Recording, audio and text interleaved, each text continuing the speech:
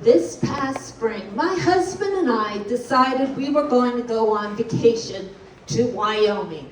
So the first day, we drove up to southern Wyoming, spent the night, and got up early the next morning, plugged into the GPS, Yellowstone National Park.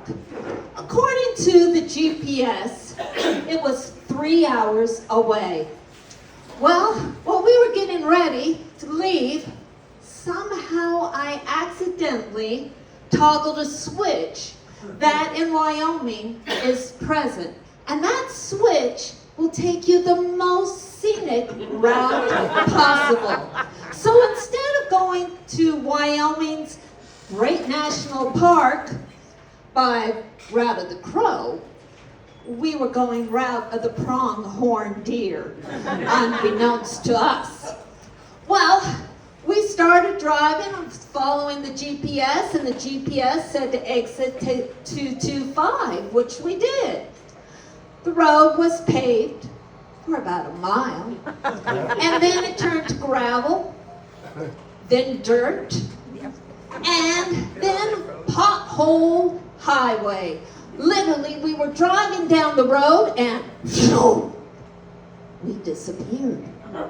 We looked up to the sides. It was like as if we were in the valley of the Grand Canyon and the walls were going up for miles. Well, my husband revved the engine and we drove right on out of that pothole to go sinking down into the next one, the depths of the Marianas Trench.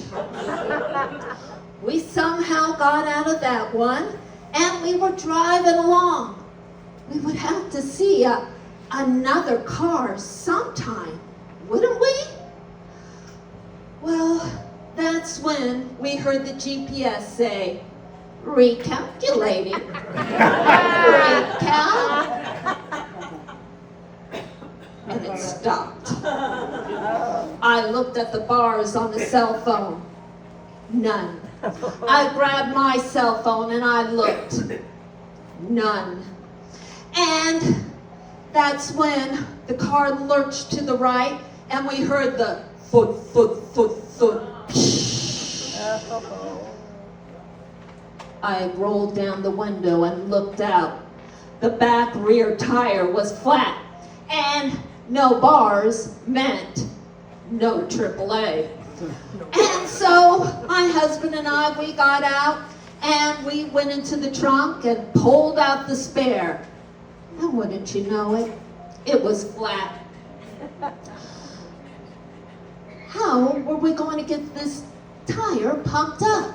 Well, my husband is Mr. Fix-It.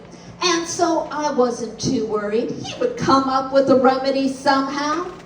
And he pulled out all of his tools and gizmos and he fiddled with this and faddled with that. And meanwhile, I pulled a sandwich out of the cooler, handed half to my husband who took a bite and then set it on down. And finally, he said, I did it. He held up in his hand a dooflicky. And I said, what is it? And, well, if you looked at it, it was a straw and it looked like it had a fishing lure at the end. And he said, it's an air pump, self-propelled. You mean we need to blow through that straw to pump up that tire? Uh-huh. Well, the two of us started taking turns blowing up that tire.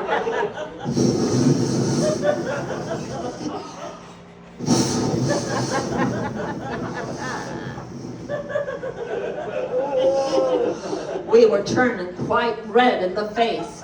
We were so concentrated on getting that tire filled, we didn't hear the four-legged creature coming up behind us. Now that four-legged creature saw the discarded sandwich of my husband and he thought it was his lunch. Well, the creature reached out its paw to grab it, and at that same moment my husband got hungry and he reached out to grab that sandwich. And he grabbed a furry paw. And we heard Grrr. My husband and I, we looked. There was a grizzly. And that grizzly, he stared at us. And he had second thoughts about that sandwich. We looked much more appetizing. That grizzly, he looked at us. Mark and I, that's my husband, he and I, we started to run. And that grizzly bear was right behind us. Now, in all the cartoons, it shows the grizzly bear running. Boom, boom, boom, boom, boom, boom, boom. But this bear must have been a cross with Roadrunner because it was going faster than beep, beep, beep, beep, beep, beep, beep.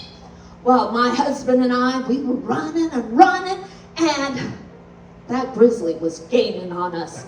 We saw up ahead, it was a tree with some low-lying branches, and my husband and I thought we were going to the gym for a reason. And we leaped up, and we caught those lower branches, and we pulled ourselves up, and we climbed up that tree. Fortunately for us, that bear decided to stay down and wait till we climbed down. This is Wyoming, end of May, and it starts to snow, and snow, and snow. Mark and I are sitting up on our limbs, looking down at that bear, and we're cold, but we'd rather be cold in the tree than warm in the bear's tummy. But that bear finally must have gotten cold too because he wandered off. Mark and I, we climbed down that tree, but it had snowed 8 inches, and it was still snowing.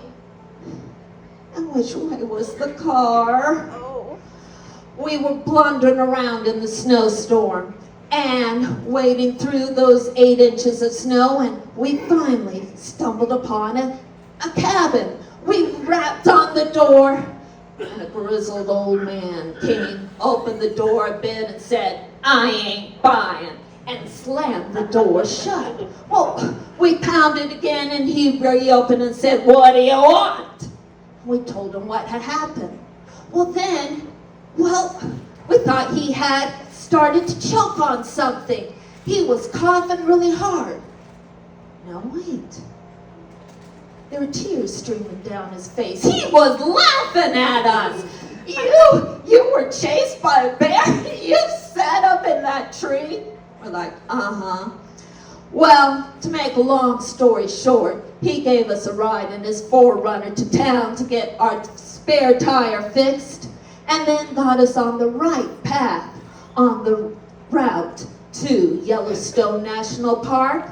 And, well, the rest of our vacation, I'll save those stories for next year.